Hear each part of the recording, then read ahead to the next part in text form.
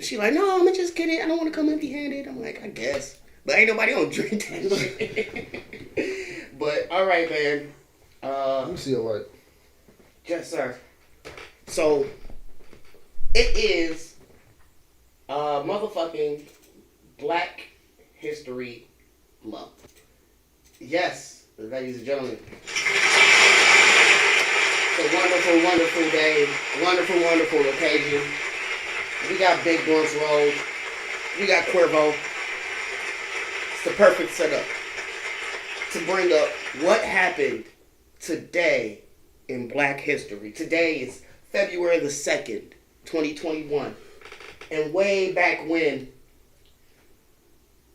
Thaddeus J. Collins was born. 1984 to 1953. Great man. Did you know what this man did? What did he do? He was the first person to put something on everything he loved. He was the first nigga to go, you know what? On everything, I will smack your stupid ass for motherfucking being racist again, nigga. He was the first on everythinger. You know what I'm saying? He set a tone. You know what I'm saying? For Black history. He showed niggas how they were supposed to act and how they were supposed to threaten niggas. He was an innovator. So, shout out to Thaddeus J. Collins. You got somebody, man, you want to... I do. Matt Barnes. Okay, Matt Barnes. He played for the Golden State Warriors, yes, sir. The LA Clippers, okay. And some more teams. Okay, what was his great achievement? He innovated and pushed the boundaries for light skins around America. Because he drove 30 hours to his baby mama house to whoop her new nigga ass. Wait, I thought you was going to say he drove to the hole, and I thought you was going to say some basketball shit. He drove 30 hours. This is the guy from the Kanye West song? Yeah, like Matt Barnes just to whoop a nigga ass. Yes. And he's light skinned. You know they always put that light skin stigma on us that we're softer than you dark skinners. Yeah. You know what I'm saying? But 30 miles like Barnes, like Matt. You know what I'm saying? And so he showed that he deemed himself the hardest light skinned nigga. You know what I'm saying? Hey, we're just as hard and scrappy as you other guys. As every fucking body else, dog. Shout out to Matt Barnes, man. 100%, man. 100%, bro. And actually, with that being said, I would like to welcome everybody to the Wake and Bake podcast.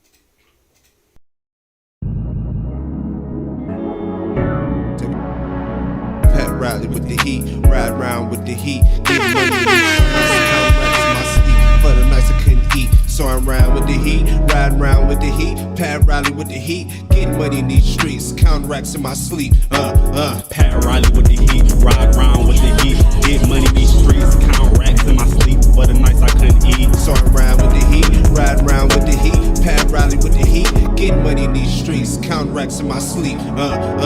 Young niggas scamming hard, young niggas living wrong. Little big one ride it. Get out of the body. Get right beside me. I'ma get in that thing, get it sliding. Making me feel erotic. She gotta get on this rocket. I don't give a fuck about her mileage. And her grandma related to the wine. That's just got a license. You a toast. See, and that bar, man, it's only something Detroit people understand.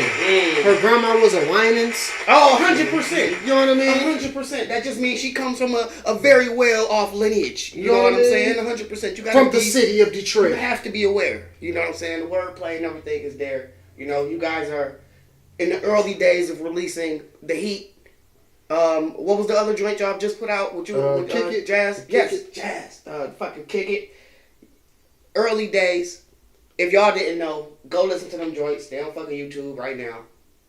Very early days, man. Y'all gonna be part of the motherfucking group that build them motherfuckers up to be amazing. So, with no further ado, man, so many things are going on in the motherfucking world, man. Not a lot, but enough. Joe Biden isn't my president. Whoa. It's like, no. I'm about to say, yikes. You starting on wow. Nigga, I like it, nigga. But dog, tell me why black youngsters seem like he got more Instagram clips on niggas' songs than he got features. Like, I hear his fucking next voice on so many fucking songs. From fucking Travis Scott to motherfucking 21 Savage to to St. John. You know what I'm saying? Like, he's on everybody's shit. No verses. I think he's one of those artists where his brand is bigger than the music. 100%. People just love to hear him talk shit. You know what I mean? He needs a podcast. You know, just gotta, you know what I'm saying? The whore. I can barely understand most of the shit this nigga's saying, but it sounds amazing. And that wasn't really to say shit, because I just realized when it comes to music in general, I think nobody had like sadder singles than Boyz II Men. Sadder? Sad. They were sad singles. Like, their biggest songs of all time were all shit to make you cry. For sure. Like, that was their biggest shit. Like, is there any other artist that you could think of that you go, you know what? Casey and JoJo. They shit ain't live. Come on, but that was, at least it was upbeat. Like, I'm sorry, bro. Even as a kid, even still to this day, I hear that song, I want to cry, bro. I started thinking about all the people started dying on life. I'm about to say, you start thinking about the movie. Yeah, that's you know what I part. mean? Yeah, 100%, so 100%. that is one of them. But yeah, I just don't think, like, since the era of Paramore, like Nina Simone, come on, man, be an R&B right now. Paramore, you know, depressing. Yeah, but, Nina Simone, okay. Like, it's never been something like that depressing. Like Minnie Riperton. I guess late Michael Jackson. Like, that ain't make you want to cry. It's just more like recognize it. 100%. Like, he was just seeing the world for what it was and able to translate it through music, I guess. But yeah, man, it's not. Minnie Riperton, though, she made a song about her death. Yeah. You know what I mean? So, yeah, that was pretty dark. You know what I mean? So, yeah. Yeah, but it just hasn't been. Music has become like Disney movies. Because, like, they too algorithm-y. Yes, like, they want you to leave with, like, a positive vibe, almost. And that's kind of contradictory because it's like, we also are in the middle of like, the depressive rapper era. Or I think it's sort of past. I think maybe 2019, that kind of ended. We know about the after clip of black XXX people and say we was on depressive shit because we always been singing Negro spirituals, man. 100%. So we understand, man. No, but those were at least coded versions of telling people they were depressed. Like, they were telling each other through code. These niggas would literally go, I woke up and I wanted to kill myself But that's how, but you're a black person, so you listen to it like that. Another person would be like, because I hear people say it, I don't understand what they're saying. It just sounds like a bunch of mumbo jumbo. What is he saying? All that auto-tune, but like you just sung the song, but you know what I'm saying? But another ear would be like, man, what the fuck is this nigga talking about? Right. Literally enjoying death. You know like, what I mean? That's the thing, like that, but that's why it's so different. And now, like, honestly, Uzi had the saddest song that you would ever dance to. What was XXX okay, you want to dance song? to. You want to dance to sad. Dog, we literally were like, bitches were shaking ass everywhere. The club was going crazy. And this man is singing about all his young friends that passed away. It's sad as fuck. You know what I mean? It kind of reminds you of the Gap Band song. I mean, you just didn't expect it, bro. This nigga's literally singing about a bomb that got dropped on a whole fucking city. You think it's just a song. Nigga, it's not a bop. It's not just a bop. It's not just a bop. So, piggybacking off Lil Uzi. Yes, sir. I was seeing something going on Twitter. Okay. And it was saying, basically, Lil Uzi is better than J. Cole. And they gave reasons. Ooh. They're like, man, J. Cole, he rap about folding clothes and, you know what I'm saying, being half black. You know what I'm saying? I don't want to hear that all the time. He's not even lyrical, man. Just because you went to college, you think he's an amazing person. Just because you went to college. No. Lil Uzi, he's a trendsetter. Oh. He keeps me bouncing. Okay. And he knows I'm depressed. Oh. Nigga, who's better? Lil Uzi keeps me entertained. And I was like, yo, I'm being open-minded. I'm a J. Cole fan. I'm a Lil Uzi fan. But I am being open-minded. J. Cole is a GOAT. Uzi is GOAT-ish. You know what I'm saying? He needs a classic to the masses. Yeah. Or a classic album to the masses. Right, that's what I'm saying. Yeah. So yeah, man, what do you think about that? I mean, I I mean, I haven't seen enough of their reasonings, but because I'm already on Cole's side, so I would have to look at it from the other perspective. And if you were a kid in the modern day who is all about this melodic shit, and Cole is just kind of not really catching up to the melodic shit, but he doesn't do it as often, I think that's the majority of it. Like, I think that's the majority. Like, if they talk about similar shit, you know, from different points of view, but similar. You know what I'm saying? Right. So I don't really necessarily agree, because I feel like if Cole, just started putting some of this shit on more upbeat type beats, and he stopped producing himself, like people have been asking him for years, and he could really make some of this shit. What was when we first started Evil Genius, we had a phrase we would throw back and forth about certain types of party music that we wanted to make. Do you remember it? It's on Party to Heartbreak. There you go. And that is what J. Cole could never do, and Uzi has done plenty. You know what I'm saying? And Uzi can rap. He can go. He from Philly.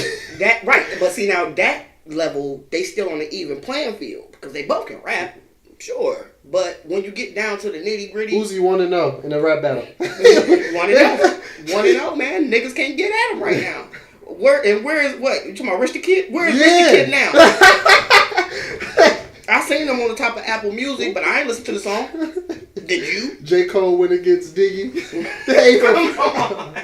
You want to talk about battle testing? He ain't even close. This nigga was riding with a fake Uzi Vert in the car. Like, didn't he do something to the little fake Uzi Vert? Rich the Kid, didn't he like kill him? Like, you ain't never had no beef, J. Cole. You not battle tested.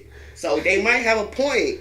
They might be on to something. Shout out to Reddit and Twitter. You know what I'm saying? Yeah, definitely seen it on Twitter, man. I seen people retweet it like a motherfucker. Like, hold on, I'm Team Cole, but like you said, I want to put it into perspective too. Right. You know what I'm saying? Yeah. If I am younger, like, you don't hear people be like, cut on that new J. Cole. You know what I'm saying? 100%. He's a vibe on your own. You just cut it on. You know and if people like it, they won't say shit. You know what I mean? Yeah. So, it's never no place you can't play Uzi. You know what I'm saying? 100%. You can go anywhere and play any Uzi song. I mean, but you can play XO Tour Life in any setting, bro. Yeah, you can. You can. Shit. I know it hurts sometimes, but nigga, you can play that joint, man. Like, I can't remember what was the name of that original group that made that song. You talking about? It was featured on it. What the fuck was their name? Yeah, I can't listen remember to them. But yes, like they shout out to them. Right. Sorry, I wanted to like shout y'all out, but I couldn't even remember y'all names. But yeah, man, like it's a lot going on in the world. And while we're just talking about like music, because I thought this was a music podcast, we don't really always talk about it all the time. But P&D, whack as fuck. Because he re-released Colors again, and I was pissed. I thought it was something P&D, you mean Party Next Door? Party Next Door, I'm sorry. Party Next Door re-released Colors on streaming as a one disc. So, and it tricked me. I was pissed off. I am so tired of hearing about Party Next Door fans and these albums. He reached his ceiling as an artist. Oh, don't say that. He has. He hasn't made that jump. We've been waiting for Party Next Door to make a jump since like 2014. We have. You know what I'm saying? Like, we got people like Brent Faiyaz coming into the picture. Anderson .Paak took over a certain lane. The Weeknd. Even Bryson Tiller has took a little jump. You know what I'm saying? Not maybe the jump we expected him to take, but he even took a jump. Party Next Door has not. I get it. So can you just go get with Brent Faiyaz, bro, and give us some songs, hey, bro? yo, relax. Can you get with her, bro? Can you just get relax. with her and do an album for her? Just relax, bro. Don't nobody want to... Look, us fucking Party Next Door fans don't want to hear that. This nigga made Sex on the Beach, okay? And he should have gave it to Chris Brown. Low Battery. And he should have gave it to Bryson Tiller. What the hell? Fuck you, man. Like, even those songs would sound amazing with these artists. I'm hit. That's what I'm saying is. in this day, even in this day and age, I would rather listen to Tory Lanez, and you already know what I'm on with that. Amazing with them artists, dog. You so fucking right, and I'm sick about it. Man, he didn't take that jump, man. His voice even sound worse. You know what I'm saying? I wouldn't say that. Man, he hasn't improved, man. He hasn't really grown, and I can give you that much. Is there anything that you've heard that came out over the weekend? When did that little Dirt track drop? I am not sure. Are you talking which track? Kanye Crazy. Kanye Crazy. I just started seeing it like a week ago, or something about it. I seen something about it like last week, and so it must be recent. 4 days ago, the video came out, and so the shout out to Paul Fowler, one of my old colleagues. He made the chain that he's wearing in that video. So, okay, shout out to Paul. Shout out to Paul, man. Yeah. Hope you still making crazy ass ice. When we Tats by Slim, art by Slim. He got his art beers going on and shit like that. So. Okay, but yeah, man. You said you ain't seen the video. So right? yeah, so what we can do is we can take a quick commercial break, and if you need your weed promoted, it would go here. So we just got done watching Kanye Crazy, Lil Durk. I thought it was what it was gonna be. I thought it was gonna be that. My first time hearing this, I like the video. The video's sweet. I like Durk trying to get more creative. The evolution of Durk, man, is like amazing. It's great to see. You know what I'm saying? Yeah. I mean, this song is growing on me, bro. This song is actually good. The lyrics sound like I will listen to it again. You know what I'm saying? I will listen to this again, totally. You know what I mean? It definitely just ain't getting sold or the video. And so that the video sold me. The video sold me. I didn't know shit about it. You know what I'm saying? Like I had heard about the track. I had never seen. I kind of figured what it would be, but you know I didn't hear it. And so when I seen an article not too long ago, as I was scrolling Twitter, that everybody was talking about Kanye Crazy except Kanye. You know what I'm saying? So that was the first time I had heard anything really about it. Like, oh, okay, I guess it ain't that tight. So it gave me like an open impression that maybe the track wasn't hitting. And I don't know, man. That shit hitting to me. I'm definitely into it. It builds a little vibe. I can play that, you know, pretty much in any circumstance except the gym. I probably wouldn't listen to it at the gym. It'd be wild to hear Kanye work with I ain't gonna say because Durk is not a newer artist. He a veteran. But the new school artists, the Little Durks, the Polo G's, you know what I'm saying? Yeah, I want to see that. He came and he scooped Melly real fast. And that was the last we had really seen him working with them kind of lower, younger artists. But Melly is from, Miami, Atlanta, some shit like that? I thought he was from, like, Florida somewhere. Yeah. So, yeah. I mean, I don't know, man. All I do know is this one is worthy of some heat. Y'all should go check out that Kanye Crazy. It shit is really tight. And speaking of joints that are really tight, we're gonna go into our R&B bag, and I'm gonna give y'all. This dude has a bright future ahead of him, man.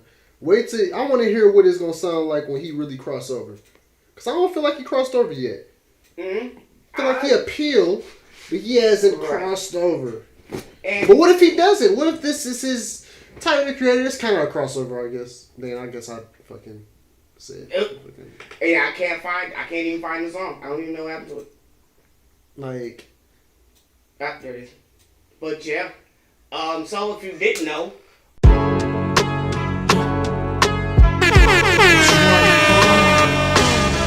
I get you what you want, but you want me alone. Baby, I'm acting. You held me up when I was down and out, but I don't want you waiting around for me. I don't want you waiting too long.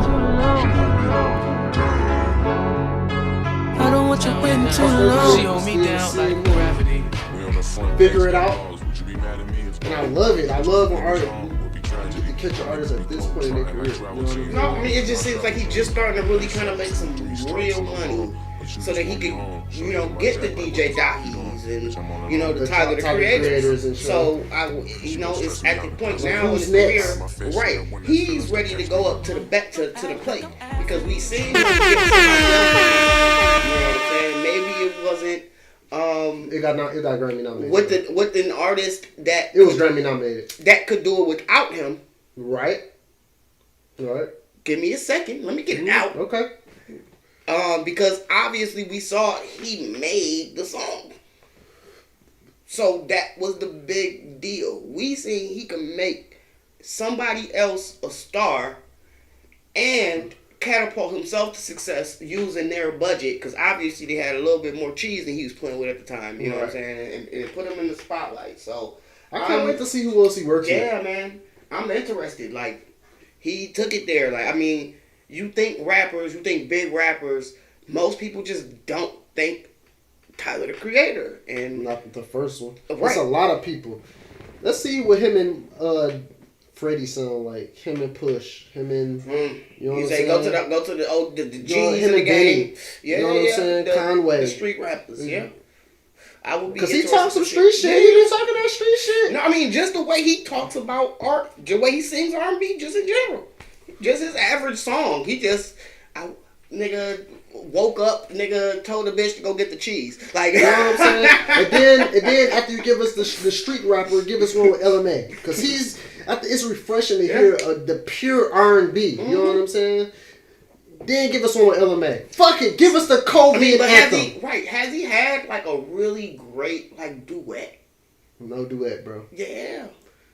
Even if you go to the internet or something, somebody wild, you know what I'm saying? Like, yeah, no. Give it up for Brent Faiyaz, man. Hey, 100%, bro. 100%. This nigga deserves his flowers, man. In the early days, because the days are early as fuck. Yeah, it's early days, bro. This nigga's a young killer. I'm eager to see where the fuck he goes. Yeah, man, a killer. So, actually, I was sitting here thinking, I fucked around and watched American Gods. Have you ever watched that show? It's amazing. So you talking about the black guy who wasn't black? 100%. The black guy, I can't convince myself he's black, but they portray him as such.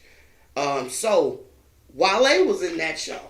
He was in the show. Wow. The early segment, it was like some slaves in early America. You know, they was all doing their thing. You was talking about Negro spirituals and shit.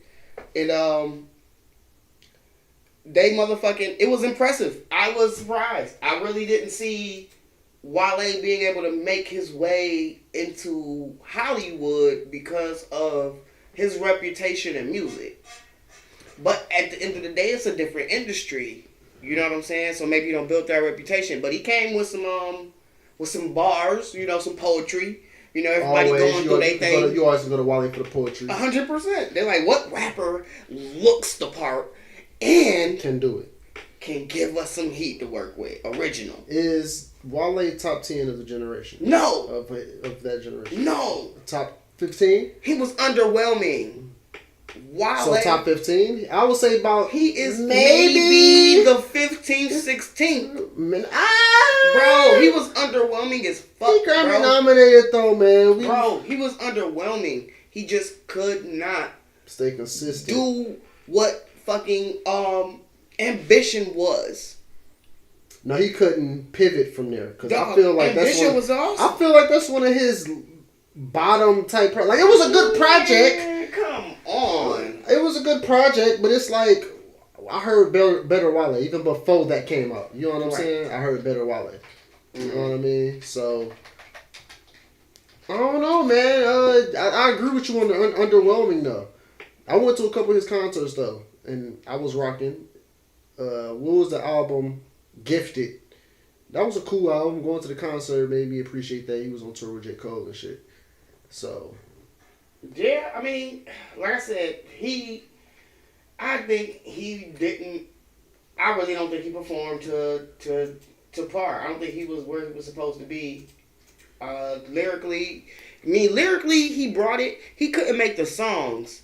Like he made some good music, and I think maybe his attitude might have fucked him up later down the line. Big Sean, every time, just because he got a Dark Sky Paradise.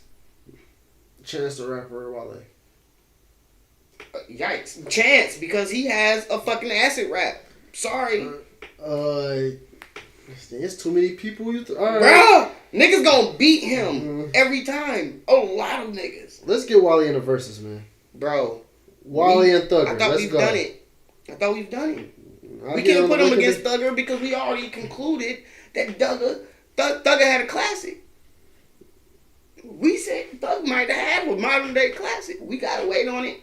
But he might have a modern day joint. So I can't even give you something that I would consider possibly from fucking Wale. Except no, I can't give you that. It might be. That shit was whack. Nah. Well, it wasn't whack. I was about to say, bro. Attention Deficit was like, it was mids. Nah. It was mids. I wasn't super impressed. Like, he had songs that was plug and play. He had a bunch of plug and play music. Hold on. He's the only rapper with a song with Lady Gaga. What you talking about? What you talking about? What you mean so? This is the Lady Gaga. Dog, it was early Gaga. So? It was early Gaga. She was still the Gaga. I don't care. It was early Gaga. So, but we both agree he's maybe top 15 of the generation. Of that generation. Of his time, in his group, maybe. Not even gonna give it all the way to him, man. Sorry, Wale.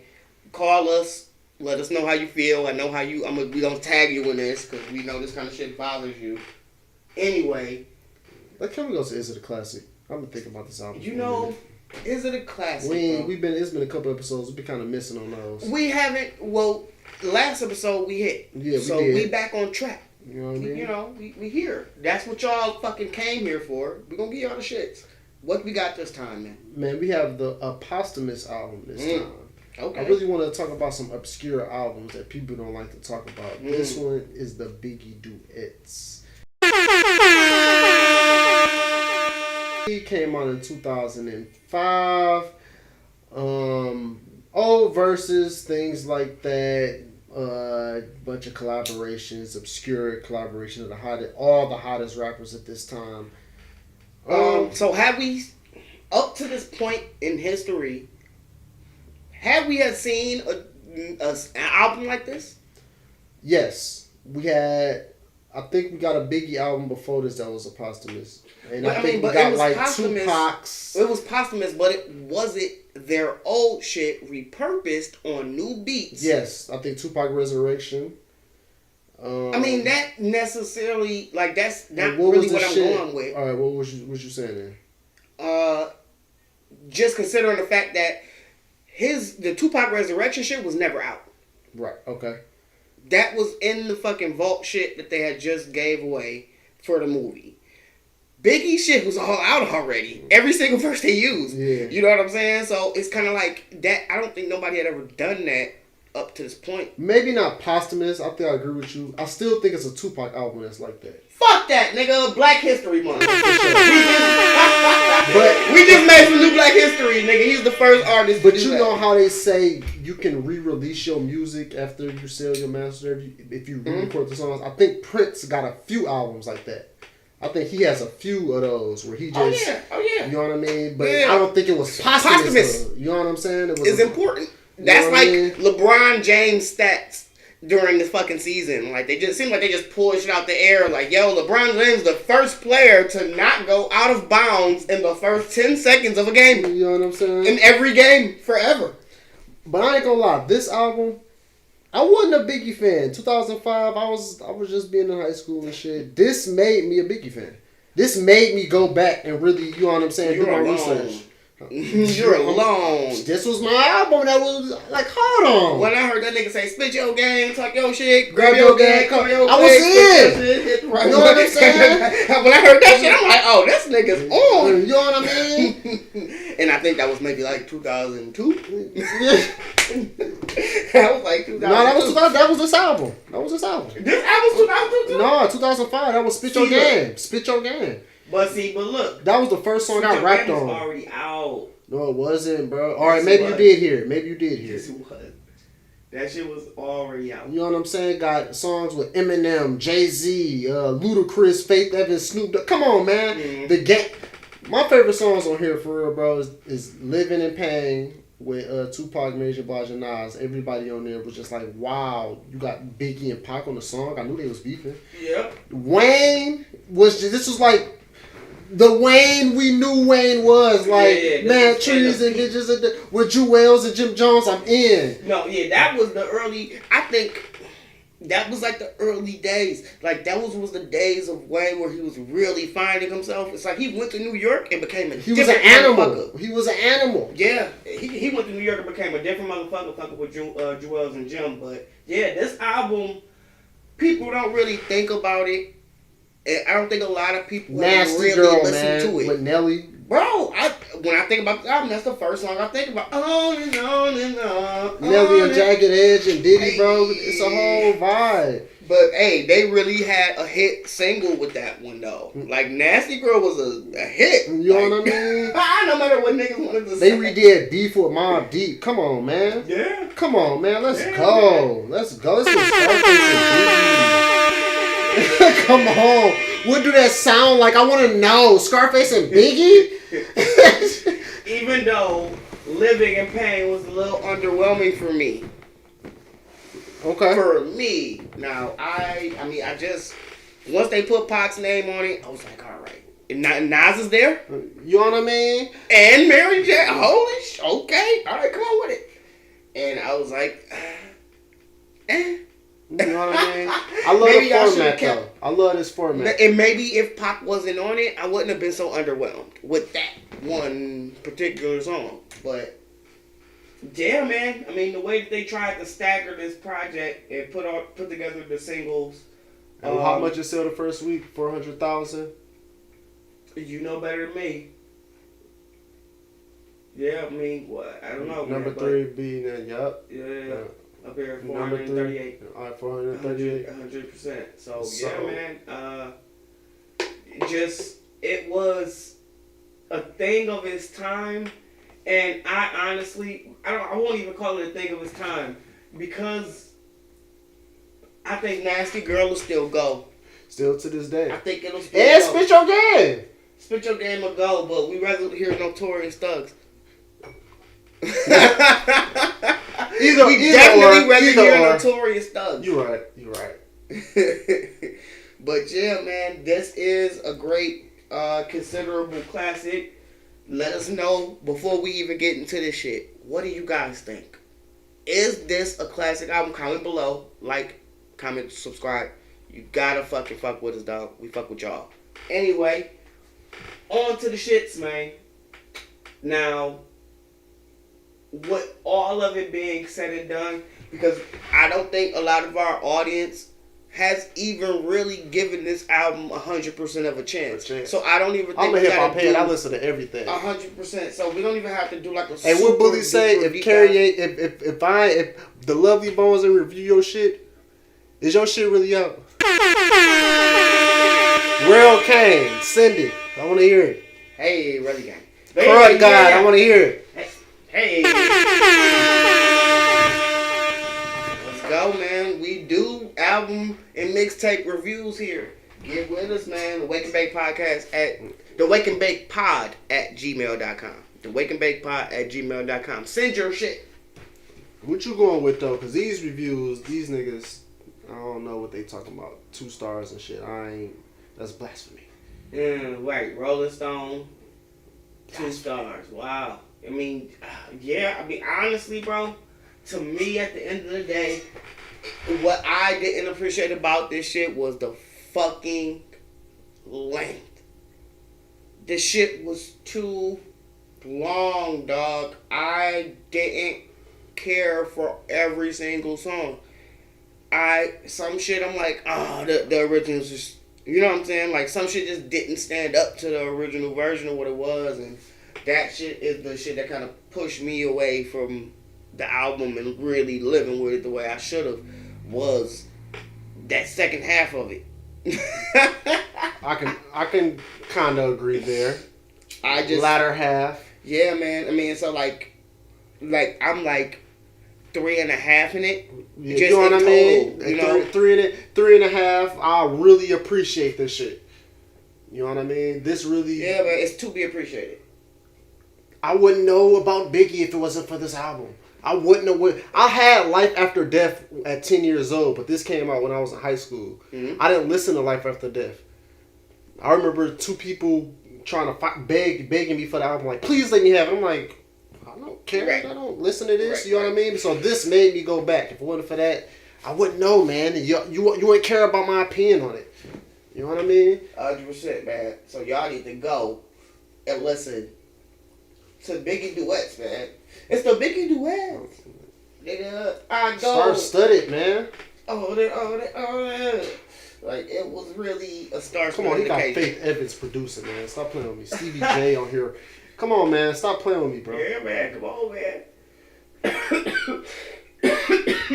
It was an amazing time to be alive, dog, in 2005. So now, I want to say a joke about our. Well, you can put the. You can move to the next subject. All right. Of course. I want to throw a joke in here before we bring up the next subject, and this is just for the jokes. You know what I'm saying? So last time we talked about Salento, he pulled up at somebody's crib, at a nigga crib that his girl was at to try to fight or whatever. It was about episode 17. Okay. So now he is being charged with murder, right?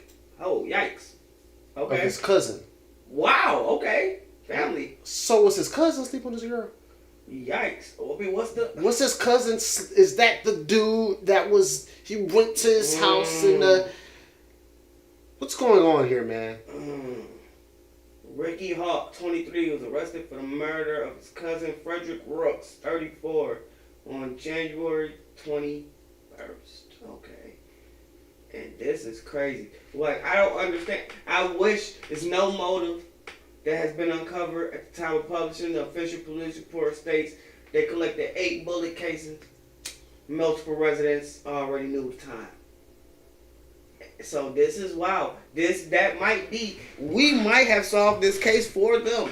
He been following this nigga and trying to figure out why have you been at all the places my bitch was at. And she been telling me she been fucking with somebody else. You know what I'm saying? Why you always there? You just happened to be there. It's a crime of passion. I didn't know who the guy was. It's a crime of passion. It might have to be, bro. The only way that you can really take it, like, I don't know, man. Just me. I don't know. This is wild. I think that might have something to do with this shit.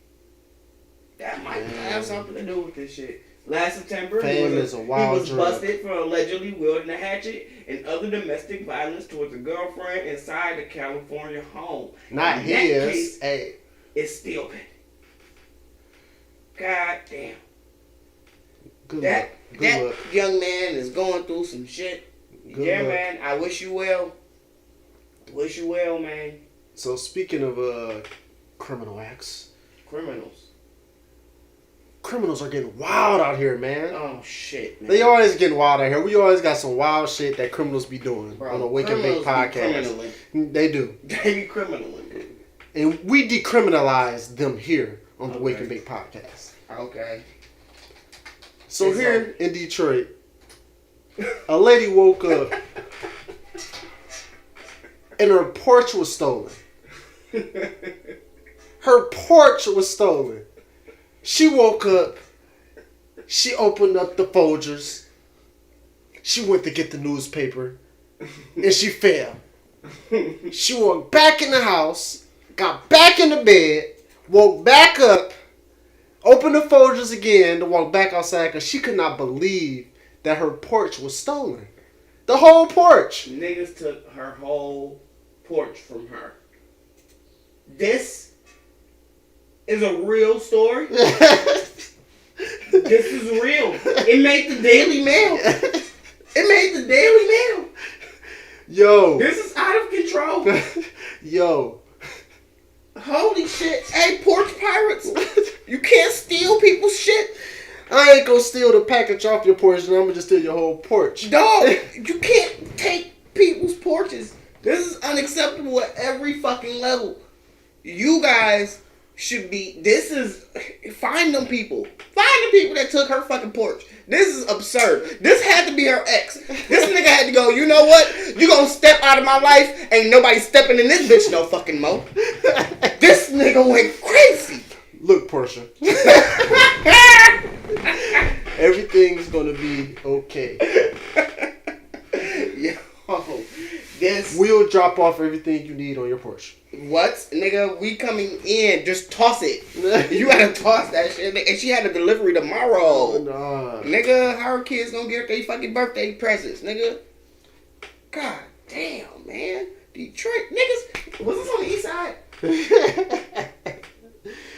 I mean, What side was this on? This looked like some west side shit. no, this is me side shit, bro. I don't know. Don't come on the west like that, bro. Hey, you gotta relax. Oh, wait, I went to the wrong site. This is not where I need to be. But anyway, yeah, I mean, hey. Bro. Stop stealing people's porches. Why do we have to tell you that? Right. Don't leave your kids in the car. Somebody might steal it. You should. Come on, 100%. We told you that the other fucking episode. Bro. You know what I mean? Just relax, bro. Just relax. Don't sleep with your cousin's girlfriend. Right, man. And don't fucking That's law. Don't give yourself fake strings. You know what I'm saying? You know what I'm saying? Because guess what? Speaking of fake streams, I guess Cobbett says say Cobbett. it's not that common anymore. But speaking of fake streams, DistroKid is launching a matchmaking service to help labels find unsigned artists. Republic Records named the first partner in this endeavor. So another algorithm. It sounds like some big shit. I mean, yeah. Yeah, man. Fuck it. Let the algorithm is king, man. So DistroKid actually decided, we brought them up last episode, that now the company is, we read from just musicbusinessworldwide.com, now the company is opening up a new line of business, enabling major indie record label companies to mine its data and getting a finder's fee each time one of these labels signs a DistroKid artist, which means they are directly plugging the labels with the artists. Now, this is crazy because I recently was approached by a company that was a kind of like an offshoot of what's happening here. And their big thing was, oh, well, we'll connect you with all of the top influencers. I'm a marketer by day. I do social media marketing. And, you know, I'm like, all right, well, I'll take the meeting, you know, just to see what the fuck they talking about. I'm not in the market. And I started the call with that. Like, yo, I'm not in the market for this shit. I really don't want it. But I want to hear what y'all got to say. Because maybe I do. You know what I'm saying? So they did their whole pitch. And their whole thing was we collect all of the information. And then we pretty much get their stats, their background stats. And then how it could affect your brand. And how you could use this influencer to do some kind of promotions or whatever. And you connect with them. So this seems like something like that. And I don't think is necessarily really warranted. You know what I'm saying? Like, because at the end of the day, it's just, now you're giving labels the opportunity to badger these niggas when they are budding. You know what I'm saying? Like, they're just now starting to build a following. You watching the numbers and you seeing they whole shit rise, and you can watch it, you know what I'm saying, from the start of it to the end when you sign. And that can be too early, maybe, possibly, for them to really kind of understand how any of this shit works, really build any kind of real clout in order to go, nah, fuck your deal. Nigga, I know what I got going on over here. You know what I'm saying? Like, I think it's going to interrupt that process. What you think? I think that just trying to figure it out, bro. They got all this Of course. streaming shit. Of You course. know what I mean? This pandemic shit mixed in too. Niggas But just trying to figure it out. This shit just How seems... to take out, how to either be the label or I guess be the label. You No, know that's what I'm saying? what they doing is they just trying to plug the label with the artist. But I'm saying that it's just not the. I don't think it's the best thing for the artist, but the label, sure. You know what I'm saying? Like, because they get to cut into their growth. They don't have to sit there and go, you know what? We're gonna wait until he reach X amount of statistics because we can watch this nigga's statistics now. Right. Before we couldn't, you know what I'm saying? We didn't have the background information. So that's why this is kind of like sort of kind of shady on, once again, the artist's behalf. I don't think this is the best thing for them. So I'm going to stay on the lookout for this kind of news. And see what I don't artists... I don't really like it. I don't dig it. But Republic Records is the first company that's going to be signing on. And, you know, they're kind of more poppy, you know.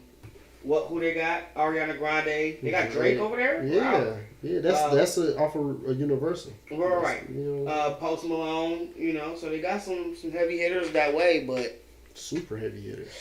I don't know, man. Heavyweight. Yeah, man. I don't know. Goats in their own right. So, Dreamville Day. Have you heard of this? Yes. Okay. Well, I didn't really read too much into it, but for the bigger picture part of it, Dreamville, J. Cole, Earth Gang, both dropping together in 2021. Now, this is coming from Earth Gang's account. We dropping same day J. Cole NC drop. There you have it. That's all the news you need. Now, what do you think of this play? Me personally, bro, everybody been putting out mids. If you ain't about to put out the what's going on of this time period for the pandemic, I don't want to hear it. I don't care. I'll listen to it, you know what I'm saying, for a day or two. I want the COVID pandemic anthems. Yeah. I need those. I need what's going on. When that came out, everything that was going on was in that album. You felt it in that album. Yeah. You know what I'm saying? I want to feel that in someone's album. So let's hope one of them give it to us. I mean, because every time I listen to somebody's album, I'm looking for it. Like, where's the... Okay, so... It's been a whole year. It seemed like 3. So maybe I got a possible hot take. So maybe what you've said, Cole is deciding he wants to use their album as kind of like a secondary portion of his. I mean, like a primary portion, like a prequel almost.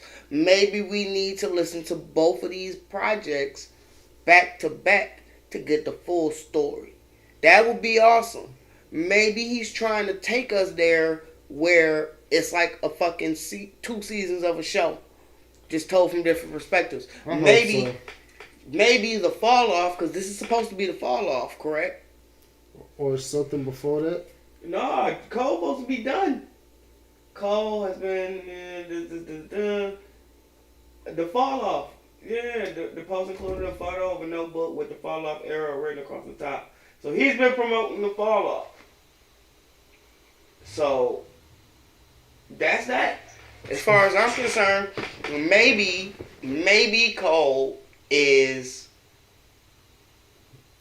going to go super conscious with it. Maybe he's going to play into the whole go woke, go broke criteria, where maybe the music is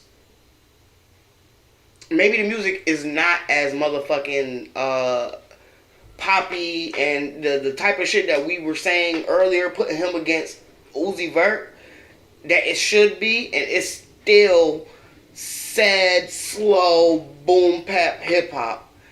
the purest version of it. If it's just the purest hip hop album ever, you know what I'm saying? Like, it might be something of that nature where that's why he feels like that's what it's gonna be. You know what I'm saying? The last album.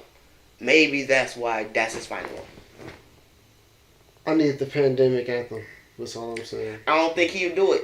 I don't think he's gonna do it. He already had a plan. He was gonna execute it. Whatever. I'm not doing whatever unless Earth Gang did. Unless I get the bag to do it. Whatever Earth Gang did. Republic, where you at? Hey. I'll do the COVID album. The pandemic album. Just watch. You're gonna be able to see my whole algorithm, nigga. Obviously, you about to partner with these niggas. You know what I mean? So yeah, I mean, and maybe, who knows? Maybe niggas need to go invest in fucking DistroKid stock. I wish I would have fucking known about this shit a lot earlier, because I would have went and got stock from these niggas, because obviously their user base is about to go up. You know what I'm saying? Niggas are about to start buying into DistroKid knowing that they can get plugged in with the fucking labels direct. Maybe the number's still low. I don't know. Maybe y'all just got an exclusive tip here. Fuck all that, man. This episode is called Don't Fuck Your Cousin's Girl. Don't Steal Porches. Don't Fake Your Streams. It's one more rule I'm missing.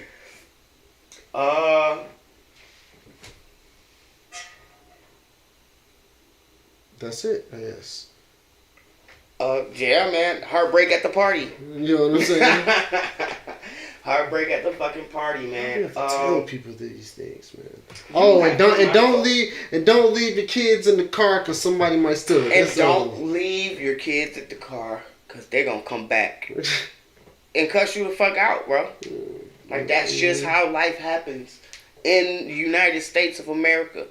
Shout out to the people in Africa who check us out every now and then. We had our African homeboy on here, so we got a few people that decided to stick around and check us out. You know what I'm saying? So shout out to y'all. But yeah, man. What was the African dude name again? That's Dub. Man, Greasy fuck Dub. Vader, man. He doesn't know what he's talking about ever, bro. He just be saying shit. Oh shit. I seen this dude make a post, bro, say the best albums of the 2000s. This nigga had like 4 albums from the 2010s, an album from the 90s. I'm like, what? So what are we talking? I'm like, I'm about to delete you, bro. I'm about to delete you, bro. Trust me, I see all of it. It's so entertaining, especially watching you interact with him. Oh man, it's great. If you don't know, you won't. You know what I'm saying? I'm trying to make a new LOL. Cause you know they got LOL. Niggas need to write IIWW or IIWII. Why? Because it is what it is, man. And you know what this is? The Wake and Bake Podcast. It's the motherfucking Wake and Bake Podcast, bro.